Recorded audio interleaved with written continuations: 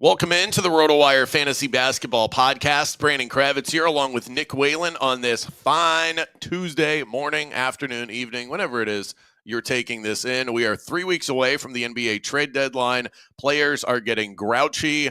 The All-Star break right around the corner, but these guys right here, me and Nick, we're ready to roll. Nick, another fun night in the association. I'm excited to break it down. Did you win any money last night? We won some, we lost some. Alex and I did the RotoWire NBA show on Sirius XM NBA last night, and gave out our leans on every game. One of the big hits was the Memphis Grizzlies. We took the first half plus 1.5. We took the Houston Rockets to win that game outright. So kind of hit the both sides of that one. That was a really fun game. Second time in a week. We've seen Memphis and Houston square off, the second and third seeds in the Western Conference, and you do wonder, was John Morant at less than 100%? Came in with an illness last night, but still gave you 29 points, 4 assists, 3 rebounds, 4 steals. Did have 7 turnovers. Memphis still down Marcus Smart, but for the most part, has most of their guys now. Jalen Wells continues to play really well for them. The funny thing is with that game, Alex and I were talking about, Jalen Wells has been so good defensively for Memphis, and we're looking at Jalen Green. I think his points prop was like 21.5, or like, I don't know, man. Jalen Wells, he's been shutting guys down lately. He did a really good job at Anthony Edwards the other night. And Jalen Green promptly goes 13 of 18 from the field, 11 of 11 at the line for 42.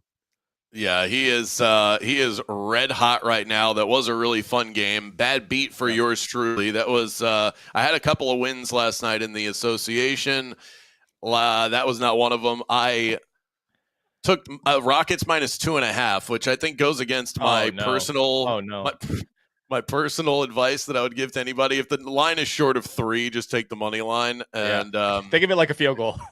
Exactly. And they're up by 5 with like 2 seconds left. Desmond Bane hits a useless 3, and there goes the spread. The Grizzlies did have a 12-point lead in the fourth quarter, so I thought I was toast anyway. So I had kind of already accepted the loss before I got too attached to the win.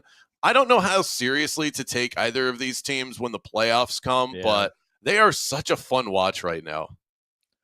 I think both Memphis especially is like top 3 watch for me. And, part of it is they're playing at this insane pace. For a while they were like lapping the field in terms of, possessions per 100, and they're still number 1 in the NBA, but the gap isn't quite as big as it once was. I mean, I think that debate it's similar in some ways to what we have with Cleveland in the East in some ways. It's not a 1-to-1 by any means, but like Cleveland's 33-5 right now. I know they lost the other night to Indiana. They actually have a rematch tonight against the Pacers, who likely won't have Tyrese Halliburton. And I don't know what, if anything, Cleveland can do to like fully legitimize itself as like the team to beat in the regular season. It's like the title odds still favor Boston. They still favor New York over the Cavaliers, who again are 33-5. And, kind of same for Houston and Memphis in the West, where it's like, obviously you have OKC as the kingpin in that conference. So that's where this comparison is not a 1-to-1. But I mean, Houston and Memphis have been the 2 and 3 seeds for most of the season so far. I think they'll probably continue to occupy those spots for the most part. And yet it's like, well, if it's not going to be OKC, maybe it's Denver, Dallas at full strength. There's some people might still talk themselves into the Lakers or the Suns or the Warriors if they make a trade. It's like, you don't hear a whole lot of like, is Memphis going to win the NBA title? Could the Houston Rockets win this? So I that's kind of how the NBA works, though, right? It's like until you have that success in the postseason, this long regular season where you can win 55, 60 games, there's still going to be some skepticism until you actually win a couple playoff series. Or you have to have that star that everybody's just ready to completely buy into as someone that could take over a series. We think John Morant has that talent, but you could understand where an NBA fan lacks a bit of trust and some of his outside shooting, not necessarily his specialty. And in the NBA, especially in the playoffs, you have to be able to knock him down from deep unless you're Giannis. So perhaps that is part of it. The Warriors, you mentioned them. It feels like they're in real trouble. They shot less than 40% from the field. Curry and a little bit of Andrew Wiggins. That was it last night. And this was against the Raptors. Their offensive rating last night was like 104. The Raptors are the 3rd worst defense in the NBA. This is really problematic. You said if they make a deal, they're dead if they don't. Well, I think they might be dead either way. Steph Curry was talking post game last night about this idea of, kind of gunning for it and making a win now trade versus kind of, Curry essentially implied that he wanted to be somebody who, like, whenever he walks away from the game, he wants to leave the franchise in a good spot, which is admirable, but, also maybe not great for the Warriors prospects this season. I don't know what deal is out there that really moves the needle. We've talked about Jimmy Butler before. I don't think that really, that makes the Warriors probably slightly better. I don't think that puts them in like top 3 or 4 team in the West territory. I don't think Butler is that player. You'd have to give up enough that, it's like, yeah, you might upgrade your ceiling slightly, but I think your floor could be even lower. It's like if Jimmy Butler misses time, all of a sudden you don't have, some of these young pieces who have been filling in. They're basically a 500 team. They're now below 500 after losing last night. This game was rough for me on the prop side, Brandon. I got to say, one of my favorite props was RJ Barrett over 10.5 rebounds plus assists. I put that in when Quickly was questionable. We got a good number, went up to 12.5 after Quickly was ruled out. I'm watching the game last night. Had that on the second screen while watching Rams Vikings. RJ Barrett picks up 2 fouls in the first 2 minutes and ended up playing like 7 minutes in the first half. It's like they know. It's like they know. And I also had Buddy Hield over 2.5 made threes. He took 10 and he made only 2. I mean, at least you got the read right there. If you're gonna, you're gonna have nights where they just don't fall. But I kind of felt like that with I took Puka Nacua over 7.5 receptions. The guy had 6 targets in the first quarter, but the catches weren't there. So it's like, all right, at least you can at least, now you don't win any money on process, but at least you can know that your process isn't flawed and understand that these things just sometimes don't hit. I'm taking solace in the fact that I won a decent amount on Jalen Naylor over 1.5 catches because as we all thought Minnesota would be down 3 scores at the half and they would just have to throw the entire second half. Yes, exactly. Game played out exactly the way we all figured. Yep, exactly. How about these scrappy Pistons though? This team is. They're so tough. They play so hard every night. I have so much fun betting Detroit. I don't bet them every night. I probably should at this point, but 22 points from Malik Beasley in 18 minutes played. He had 6 made threes, 0 turnovers, and another big night from Cade Cunningham. I just love what I'm seeing from this team. The turnaround is massive, and JB Bickerstaff probably doesn't get enough love when talking about Coach of the Year.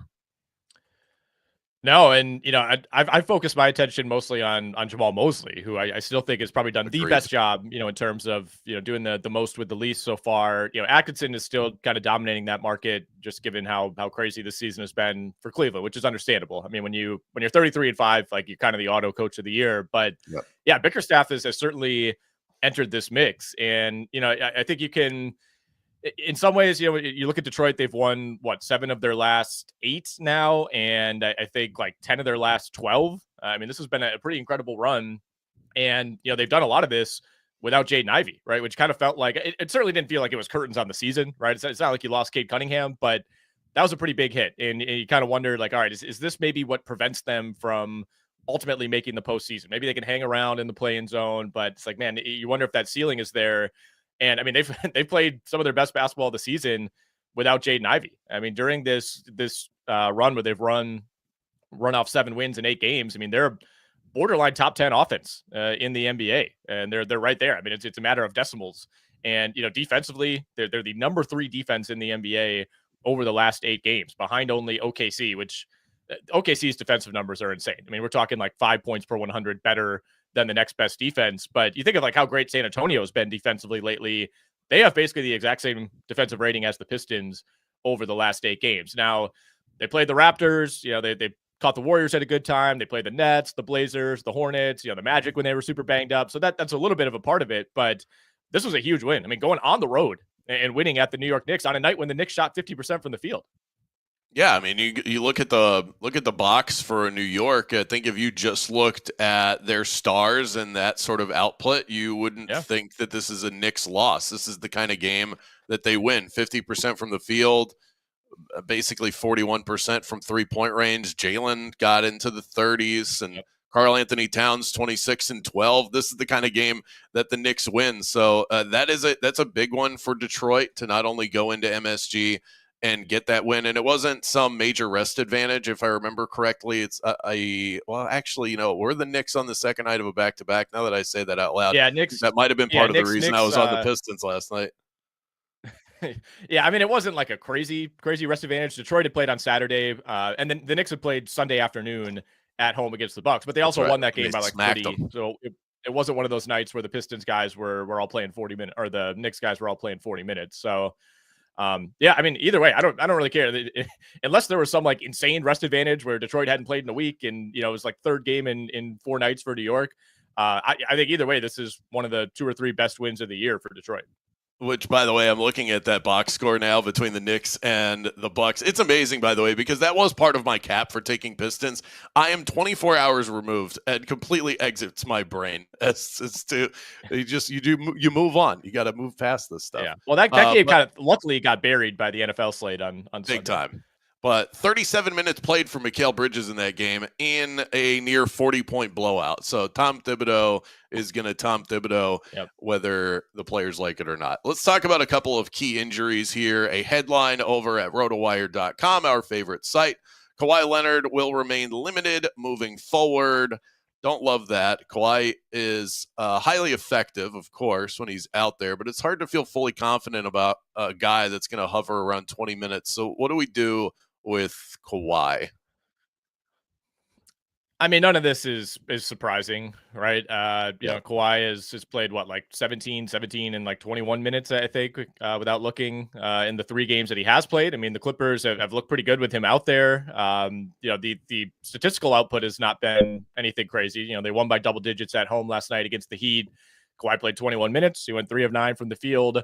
You know, 6 points, 5 rebounds, 1 assist, 2 steals. But I think there's like a confidence factor, you know, that he brings to this team. You know, we see a different version of James Harden when Kawhi Leonard is out there. You know, they haven't played that many minutes together. Obviously, Kawhi's played limited action in 3 games, but looking at James Harden's like stat profile, I mean, it's night and day. You know, I think this last night was probably his best overall game with Kawhi, 26 and 11, but the assist rate like skyrockets when Kawhi is out there. You know, James Harden doesn't feel like he has to do everything for this team. And, you know, his assist prop last night was sitting at 7.5. I think, you know, when Kawhi's out there like that becomes automatic. Like we kind of see the previous version of James Harden as opposed to a guy who feels like he has to carry an entire offense. And, you know, this Clippers team to me is still one of the bigger surprises of the year. I thought this would be, you know, a season that really could have gone disastrously for them. You know, I think if you had told me that we're almost at the halfway point and Kawhi Leonard has played in 3 games, I would say there is no way that the Clippers are a above 500 team. They're 21 and 17. And, you know, a lot of that is Harden. A lot of it's Norman Powell. You know, Ivica Zubac has been a great value pick. He had 20 and 20 last night. I still kind of struggle to understand how they're piecing together this bench. Like Chris Dunn went 1 of 10 last night from the field. You know, they got really nothing out of, you know, the Nick Batums and Amir Coffees and Kevin Porters of the world. And yet the Clippers keep winning games. You know, I think Ty Lue's he's not really in contention for coach of the year, but you talk about another guy who I think has done the most with the least. Like this is not an impressive roster overall. And I think for the Clippers right now to be the 6th seed in the Western Conference is really impressive. Yeah, well, defense goes a really long way early on in the NBA season, and the Clippers are a top 10 defense in the league. They have length and they play hard, and they're well coached. Ty Lue does a really good job. I think that has a lot to do with it. We had a question that came in. This was the first question that popped up. This was before we even went live, so shout out to P-Dub for that one. Good morning, guys. I'm starting to worry about Jalen Johnson, so I wanted to talk about him. 4th consecutive miss tonight with a shoulder injury. Do you have a guesstimate on a timeline here? We're talking about a contusion. It's just sort of it's a weird injury. It's hard to put a timeline on it. But do you have any feel for when we're going to see Jalen Johnson again? Not really. And you know, I would say, you know, as somebody who's kind of worked on the inside of these injury updates that you see on any site like RotoWire, you know, you kind of usually have a pretty good feel for how things are turning out. And one thing I will offer insight wise, and you know, we don't have any information that is not out there, you know, in terms of what the Hawks are giving us, but he's not even being listed as questionable for any of these games. You know, that's something that, you know, when you're trying to get to, you know, kind of make your own timeline, something to monitor, you know, he's just been progressively ruled out for each game. You know, there's not a, well, he might go through shoot around. He's questionable for tonight. Not even a doubtful. It's just kind of, he's they haven't ruled him out for more than one game at a time, but they haven't really implied that there's a great chance that he could be back. It is inflammation, by the way. I should correct myself. I said contusion. And I think contusion would be a quicker rehab than inflammation is totally up in the air, because that's the kind of thing that could just linger forever. Yeah, it's hard to say what's, you know, I don't want to get into like what causes these injuries. I have no idea. Yeah. I mean, it could be a muscle, a ligament. I don't know. Would it shock me if a week from now we find out that he has to have an arthroscopic procedure? I don't know, maybe. But the Hawks have a back-to-back tonight and tomorrow, home road back-to-back. So they're home against Phoenix, at Chicago Wednesday. I mean, you can't feel great about him playing in that, given that he's already missed that much time. They have 2 days off, Thursday, Friday. Then they're at Boston, at New York. I feel like there would be an indication if this was something, you know, really serious that could cause him to miss like a month plus, but I don't know. I mean, he missed that game against Denver, came back, played against the Lakers, which always happens. Teams always, you know, or injured guys will just play against the Lakers and then miss a bunch of other games. So I think the fact that he did play against LA, played 33 minutes, looked pretty good, and then has missed 3 straight, that's an indication that it's not something like crazy serious, because I don't think he would have played in that Lakers game. But yeah, it's frustrating. I mean, at least he's IR eligible at this point.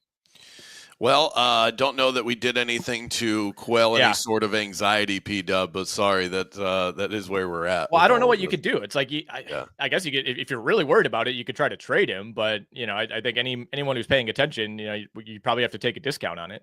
Yeah, I mean, not quite pennies on the dollar, but definitely not the return that you want. Bam Adebayo missed last night's game for Miami, his first miss of the season. So shout out to Bam Adebayo for being an Iron Man until now. This is the contusion injury. This is a lower back contusion for Bam Adebayo. What's the panic level on this one? Pretty low. Yeah, he's a guy, like you said, who historically doesn't miss a lot of time. Played 71 last year, 75 the year before. Did have some injury issues in like 2020, 2021, but those were also shortened seasons. On balance, you know, he's a guy who I think in a lot of ways embodies what the Heat are about. So he doesn't miss games unless he has to. I guess that if you want to spin it as a concern, maybe that would be it. But we'll see. I mean, they're off tonight. They play at the Lakers on Wednesday, home for Denver Friday, and then the Spurs on Sunday. I mean, the Heat play every other day until the end of the month. So I think, you know, there's not like a 2 or 3 days off where you could rehab this, but my guess is if he's not out there on Wednesday, which he probably will be, then he's probably back on Friday. I'm not concerned about this one. We have a whole host of your questions. Keep lighting us up in the comment section. We will get to those the last 10 minutes or so of the episode, as many as we can rattle through. 4 players that you want to sell before the trade deadline. So we're thinking specifically about players that are going to be impacted by the deadline. Are you of the same mindset here? As I have 4 players that I've nominated for this, but is that the way you're thinking about this? Yeah, I mean, it's either guys who, like you said, could be directly impacted, meaning that they would be traded, presumably to a worse situation, or guys who could be indirectly impacted by, you know, somebody joining, leaving their team, etc. So yeah, I think so. All right, let's start with Malik Monk, who looks like could end up with a bigger role, perhaps a smaller role. I don't think we know, and I think that's why I've got him nominated here. De'Aaron Fox could be on the move. They could also be buyers if they're looking to get a little bit better in a Western Conference that outside of OKC feels gettable right now. So, and who knows, Malik Monk could be that guy as far as somebody that they move on from. So I think it's the unknown. And if you have an optimistic individual within your league that looks at Malik Monk and says his stock is about to go way up, let me buy in now. Maybe that's the kind of person you trade him to, but would he fit the criteria for you?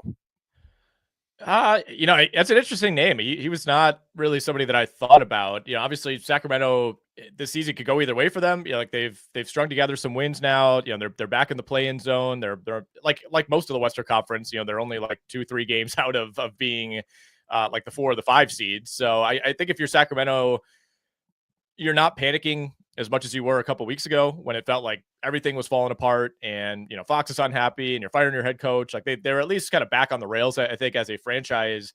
I don't think Monk himself would get traded. You know, they just re-signed him this past year, right, to a longer term deal. I think if they put him out there, there'd be interest, but I don't think they would do that. You I also don't know that he, like, obviously if they trade De'Aaron Fox, which is possible, but still to me unlikely, you'd be bringing enough back in that trade that it might offset. It's like you're not just trading De'Aaron Fox for like 2 first-round picks and that's it. Like you have to bring something substantial back, given how these trades work. So I think what Malik Monk has done the last few weeks is like fairly sustainable. I mean, he's been playing a lot of these games with De'Aaron Fox, still putting up big numbers, still playing a lot of minutes. Kevin Huerter doesn't feel like that much of a threat. One thing I would keep an eye on is Devin Carter. Their first round pick is now back in the mix. Hasn't been playing a ton of minutes. He's averaging 13, 14 minutes off the bench. Probably not anything that's too much of a threat because he missed so much time to begin the year. But I'm just in on Malik Monk in general, man. He's been like a top 75 guy in terms of total value, despite missing a stretch of games in November.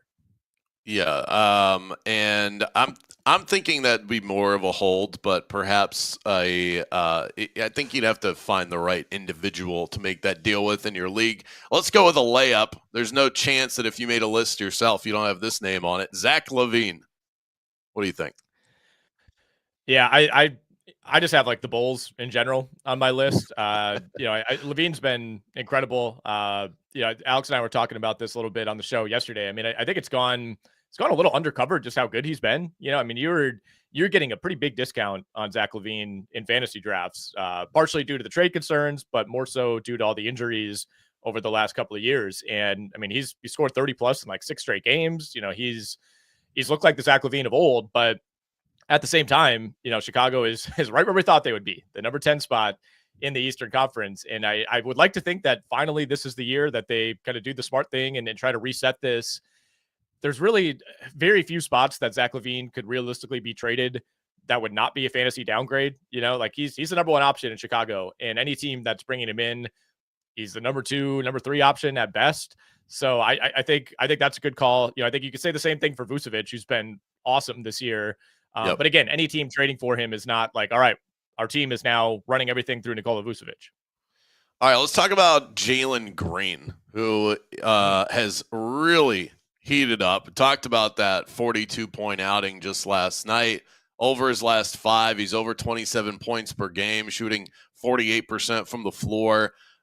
Perhaps the Rockets are buyers. I mean, I kind of like the nucleus they have. Yeah. I don't think they should make any moves, but Houston's been an aggressive organization over the years. So you could see that maybe they want to strike while the iron is hot. And who knows? Jalen Green has been one of those names that's been bantered about for a while. Yeah. I don't know if it's blasphemy in the city of Houston. I don't live there. But what do you think about Jalen Green as the kind of player that you can move off of and get a mint for right now? Yeah, he's an interesting name. I mean, I think as of right now, I don't think Houston would trade him. I think if you had asked me like a month and a half ago, I would say, yeah, maybe. I think they're still kind of making up their mind and would like to see some more consistency. But he's been so good of late, and Houston is now the 2 seed in the Western Conference. That I would lean toward the Rockets probably not making a move. Maybe it's something more so on the margins. Can you? I don't know. Maybe they would move off of Van Vliet. Can you do something with Dylan Brooks and Cam Whitmore? Certainly Steven Adams could be on the move. Not that would be all that impactful. Tari Eason, is somebody they could dangle, but I don't know if I would see a major change in value for Jalen Green. And, the Jimmy Butler rumors are going to be out there. I don't think Houston should do that. I don't, unless you can really get him for some of those kind of spare parts that I mentioned. Like, I don't know if I'd give up Jalen Green right now in that trade. I certainly wouldn't give up Amen Thompson, who's been, awesome and continues to just look like the second coming of Sean Marion to me. So I think Houston right now is probably leaning toward no deal, right? This is kind of we got a good thing going. We don't want to mess that up. I would hope so. I think what we're seeing right now is a new trend in the NBA where the organic build is working. That's how the Nuggets won a championship. OKC feels like they're on the doorstep. That's an organic build. Cleveland has the best record in the NBA. That's an organic build. And I mean, the Magic are on the rise. They haven't really done anything drastic. Yeah. It just feels like, obviously there's more than one ways to build a team. Look at the Knicks, but It just feels like if you've got this core of more than 4 or 5 players, just keep it. Just keep it. Yeah. Pay guys early and don't rock the boat. Bringing in Jimmy Butler feels like an NBA 2K move. It does. And I can see why it would be a fit. and Jimmy Butler brings name value. I don't think he's that effective of a player. I think it would be, you'd have to send out a decent amount just to match salaries. And even if they did make that move, and let's say they don't include Jalen Green in that trade, I think you'd be sending out enough that it would end up being somewhat of a wash. And even Butler is not like that high usage of a player, right? It's not like he's coming in and demanding 22 shots a night. All right. Well, you mentioned usage. That's part of the reasoning for the fourth guy, the fourth and final name on my list, Jaden Hardy of the Dallas Mavericks. Ooh. Has a third highest usage on the Mavericks right now. Yep. And I'm pretty sure that number is buoyed by the fact that Luka has been out since Christmas. He's been putting up some pretty sustainable fantasy numbers, but I worry about what it looks like for Hardy when Luka comes back, because he was a pretty inconsistent player throughout most of the season. This feels like a sell high candidate before the deadline. I don't know if it's so much deadline related, but it kind of fits the timeline. Yeah, I mean, Hardy's still one of those guys who, the roster rate's not that high, in like 14, 16 team leagues. Maybe he's probably picked up. But I think he's more of just somebody that I would drop when Luka and or Kyrie are back. And, it's not that long-term of an injury for Kyrie. In fact, he might play tonight. He's questionable. If he doesn't play tonight, I think there's a good chance that he could play Wednesday at New Orleans, maybe a better chance that he plays Friday against OKC. I mean, Hardy's a nice young player. He's shown some flashes, whenever Kyrie or Luka have missed time over the last couple of years, but, obviously not a foundational piece, somebody that they're pretty comfortable using in that 14 to 17 minutes a night off the bench role when Luka and Kyrie are healthy. So, hopefully you were able to cash in, really it was last week when he worked as a streaming option, but once Kyrie, even just Kyrie is back, he's probably relegated to watch list at best territory. And I don't really see Dallas making a major move. They had their big deadline last year. I think they're pretty confident in this crew when Luka and Kyrie are healthy. Is there a big obvious name that you would throw out there before we move on to our listener question portions of the podcast? Yeah, and we don't have to go deep on these because we've talked about them plenty. If you could find all of our episodes, of course, archived, timestamped on the RotoWire YouTube channel. But I think the Nets and the Raptors are two teams you have to watch. Trying to maybe get off of Cam Johnson, who I think is a pretty obvious trade candidate. He's yet another guy who he's been like the number one option for half the season because of some of the injuries in Brooklyn, and anywhere he goes, he'll be a nice player. He'll be a starter, but he's not going to be, a top two option on that team. And, you look at Toronto, I think like Jakob Poeltl, maybe we could see him on the move. You've gotten an incredible half season out of Jakob Poeltl. I would be looking to perhaps deal him. I think Toronto sitting at 9-31. The writing's on the wall here. I think it behooves them to try to back into that bottom four. And, they're not trading Barnes. I don't think they're trading Barrett or Quickly necessarily. But, I think Poeltl would be perhaps a guy that they would want to cash in on. Let's get to your questions. You've been lighting us up in the comment section. It's time for the bounce. That's right. Highly acclaimed. I believe we are going to win a Marconi for this one. That's right. Let's start with P-Dub's back in there. Look at that. Could we be looking at a Bufkin situation? Well, I feel like that's a follow-up to something else. I'm going to move on to a different question. Anthony wants to know, Amen's outburst. Was thinking about giving Poole away for him. I don't know if this is a complete sentence, but I'm going to try and piece it together myself. Would you swap Amen Thompson for Jordan Poole? Interesting. Well, first of all, I think in reference to the previous question, I think that was a follow-up on Jalen Johnson. Kobe Bufkin missed some time, and then it was announced that he had like a season-ending shoulder injury. So fingers crossed that's not the case. That would be a disaster. Okay. But it's as far as Amen versus Jordan Poole goes, it's an interesting comparison because I think yet again, much like last year, obviously the Wizards have been a disaster. That's been the headline, but Jordan Poole has actually been a pretty good fantasy asset. He's down a little bit over the last month, but on balance has still been a really, really good player. I just have concerns about the Wizards in general, not necessarily shutdown concerns for Poole just because they're going to be so bad anyway. But I think I would be a little more interested in Amen Thompson right now, especially if you're in a category league. I mean, the defensive stats have been pretty overwhelming. He's played 40 plus minutes in 3 of the last 4 games. That's massive. I'm just pulling up right now The 16 games in which he's seen at least 30 minutes this season, he's averaging 17 points, 10 rebounds, 3 assists, 1.7 steals, 1.4 blocks, 60% from the field. And he's actually been okay in those games at the line, like 73%, which is for him not bad. The big thing you're sacrificing, of course, is you're not getting any threes. So they're different players in that regard. And again, if you're in a category league, are you willing to take that hit in terms of consistent scoring and threes? If so, I think Amen to me is the more well-rounded option. James wants to know Dante DiVincenzo, Chris Middleton, Bilal Coulibaly, Terry Rozier. No? Okay. Need to keep 2 of these rest of season in a 14-team, 14-cat roto league. We're just keeping 2. That my reaction was just this is a tough list. It's a tough list. And it's Rozier who's just continues to crush me in so many leagues. He started like 6 games in a row now, and it hasn't really changed anything.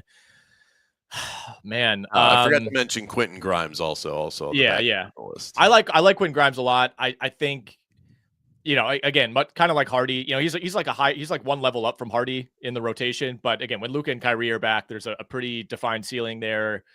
Middleton is he hasn't really looked like himself. He's put together some decent games, once he got healthy, but now he's coming off the bench. I still think he's been more productive than Rozier. He's probably going to be more consistent than Grimes. DiVincenzo is the guy that I would maybe think about buying back in on. I think I would hold him. I mean, he's now started 5 games in a row. And if you look at the extended sample, if we go all the way back to mid-December, last 15 games, 15 points, 5 rebounds, 3.5 assists, over a steal per game, 3.3 threes per game. Like, that's really what you want to see from DiVincenzo. I know he had a kind of a disappointing game in what should have been a better spot last night against Washington, but had 27, 10, and 7 with 2 steals and 6 threes against Memphis in their previous game. So I think we're finally starting to see last year's version of DiVincenzo show up. I think I would go DiVincenzo and Middleton. If you want to shoot for a little bit more upside, there is a case though for Coulibaly. It seems like things are clicking into place for the Minnesota Timberwolves. It just took a while for things to come together. That was a pretty big shakeup getting rid of Karl Anthony Towns, who's been with the team forever.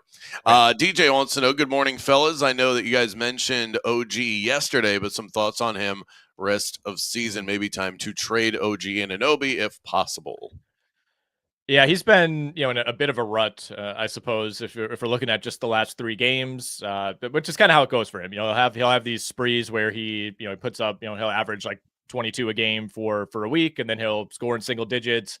I still think on balance, this has been better than I expected. I thought he would be a bit more marginalized in this offense. He's playing, close to 37 minutes a game, as you'd expect. The defensive numbers have been good. The percentages for the most part have been solid. I wouldn't look at it necessarily as like a sell high. What I would worry about is him staying healthy, right? Like, there is very little track record of him being a high games guy. Played 50 last year, played 67 the year before, 48, 43.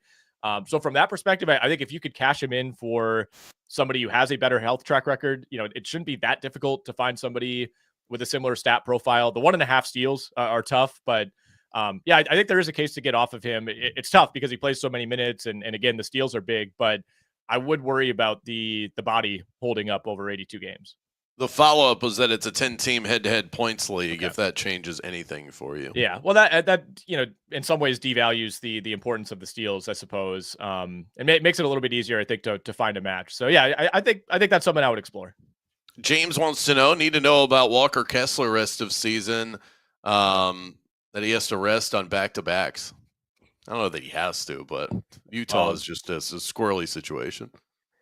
Yeah, well, they sat him out. I think it was Sunday on the second night of a back-to-back, which has not been happening so far this season. It feels like it could be a harbinger of things to come. Utah, I think, is pretty firmly in the Cooper Flag mix, in the Ace Bailey, the Dylan Harper mix right now. They are 10-28. So, yeah, I would worry about a lot of players on the Utah Jazz. I mean, I do think with Kessler, it's been close to best case so far, given what we saw last year, when he was coming off the bench and he was playing like 22 minutes a night. They're at least playing him 30 minutes. He started every game he's played so far this year. He's averaging a double-double with 2.5 blocks. He's somebody I would probably try to hold a little bit longer. For for what it's worth, they do have 2 more back-to-back sets this month. So you do have to keep that in mind, that they have a couple in February before the trade deadline.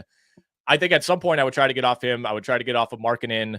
And then somebody we mentioned, or we didn't mention when we were talking trade deadline stuff, is I think there's a reasonable chance Collin Sexton gets traded as well. And he's another guy who, if he ends up with the Lakers, for example, that's going to be a downgrade.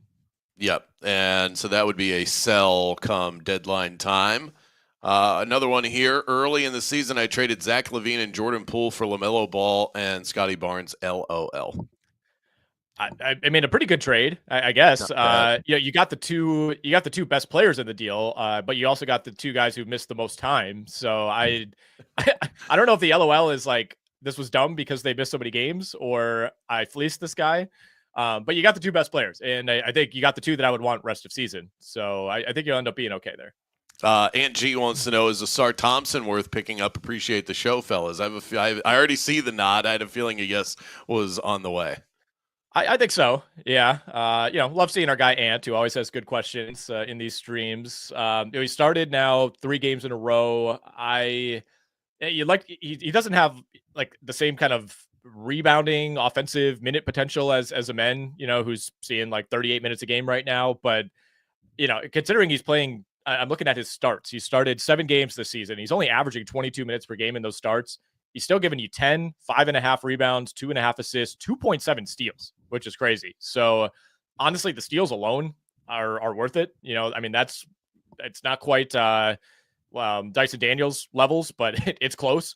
And, he has 7 steals in the last 3 games, again, despite averaging 21 minutes per game in that span. So yes, I would say, 12 teams and above, absolutely worth adding. Here's a good question. What do you do with Zach Edey? It's so hard to drop him after seeing him in monster mode before the injury, but he has been terrible lately. This is not a rosterable player right now, but I understand the trepidation. Yeah. I mean, the splash games have been really splashy, right? He had that big, it was like 21 and 16 with a couple blocks against Toronto last month. It was on a nice run early in the season before the injury, but these last 6 games, he's not even averaging 20 minutes. He fouled out against Houston last night in just 24 minutes. That continues to be an issue on and off. Had 5 fouls in 18 minutes in that previous matchup against Houston last week. The drop situation is always like, who are you dropping him for, right? Is there somebody out there who's more productive? Like, could you drop him for Ausar Thompson? Like, if that's, just to pull from a recent example, like I would do that. I don't think there's that much potential for Zach Edey to play more than like 25 to 27 minutes at best. And with that being the case, I think there's going to be a cap on the production. Memphis has so many options. Jaren Jackson's healthy. He's been rebounding better this year as well. So like they don't necessarily need Zach Edey maybe in the way that we thought they would coming into the year. It's been rough, man. I mean, you got to go back like 3 weeks to find a stretch where you feel like, man, I really want him on my roster. Let's wrap with this one. Varun wants to know thoughts on Trey Murphy's trade value. He's been lighting it up lately, 30 points in his last outing, and we know that he brings it on defense too. Yeah, I think, of all, like the Pelicans are a team we didn't really touch on with regard to the deadline, but they're 8-32. This season is going to be a wash, and it's unique because they're not like the other teams that are at the bottom, right? There's a big difference between the Pelicans roster and the Blazers and the Jazz and the Hornets and the Wizards. So they didn't intend to be here. I think there could be some hesitation of like, all right, do we really want to break this up? Because we never really got a chance to see what it actually looked like. But I think Murphy is probably like the safest out of all these guys, right? It's like if Brandon Ingram could get healthy before the deadline, I think they would certainly entertain trading him. I think CJ McCollum at this point, has he kind of aged out of the rest of this core? He could be dealt. With some of these guys healthy, they have pretty much everybody right now but Ingram. And last 13 games for Trey Murphy, I know Zion's missed a good chunk of those, but 24 points, 5 rebounds, 3 assists, 3.7 threes per game. I mean, he's in the midst of probably the best stretch of his career right now. So, I would absolutely trade for him if that's the question, but you're going to have to pony up. I think, whoever has Trey Murphy is not necessarily looking to get off him right now. So before we get out of here, I wanted to mention a couple of best bets for tonight, or at least bets that have already been placed. Don't know if you have locked in any just yet, but Cavs -7 right now against the Indiana Pacers. Looks like Tyrese Halliburton isn't going to play. And the Pacers just beat this team. The Cavs are the best cover in the NBA. It's a big number, but just given the revenge and the lack of Halliburton in this matchup, feels like a Cavs smash spot. I gave that one out on our XM show last night when it was at 6.5. Beautiful. And it's now up to 8.5, depending on where you look. I think this is a big time revenge spot for Cleveland. Like you said, looking like Tyrese Halliburton won't be out there. So I don't even know if we see more line movement because it should be baked in at this point. Yeah. But this feels like a big time. Yeah, we're getting you back for what happened on Sunday spot. I mean, Cleveland just they finally had a bad shooting night, right? It was their worst offensive rating in any game this season. It's not like Indiana just totally shut them down. They just, they were kind of due for one of those games. So I think the Cavs come storming back here. I think they win that by double digits. I mean, the biggest number on the board tonight is OKC -11 at Philly. This doesn't seem like a great spot for the Sixers. No Embiid. You can't take advantage really of the one thing you can do, I think, against OKC is if you have size, maybe you can take advantage because they really just have Hartenstein. We saw the Cavs certainly do that last week. Without Embiid, I don't really see that happening. I think I would look at OKC to cover that. I would look at the under 219. I think this could be a really rough offensive night for the Sixers, maybe under on the Sixers team total as well. Yeah. I'm assuming that number is just south of 100 without looking at it, but we just saw the Sixers in town at the Kia Center in Orlando. They got a bunch of guys outside of Tyrese Maxey that look like thumbs. You got Yabusele and Eric Gordon. They just don't have the athletes to hang with the team. Like OKC is a supercharged HD enhanced version of what the Magic are right now, and the Magic handled them. So this should be a blowout. I'm not on it yet just because those big numbers do make me a little bit trepidatious, but we'll probably end up on it. That's going to do it for us on this week's edition of the RotoWire Tuesday Fantasy Basketball Podcast. Of course, you can check back for more episodes. Our variety of analysts have you covered 4 episodes per week. We leave no stone unturned. For Nick Whalen, I'm Brandon Kravitz. Good luck out there, Fantasy Fiends.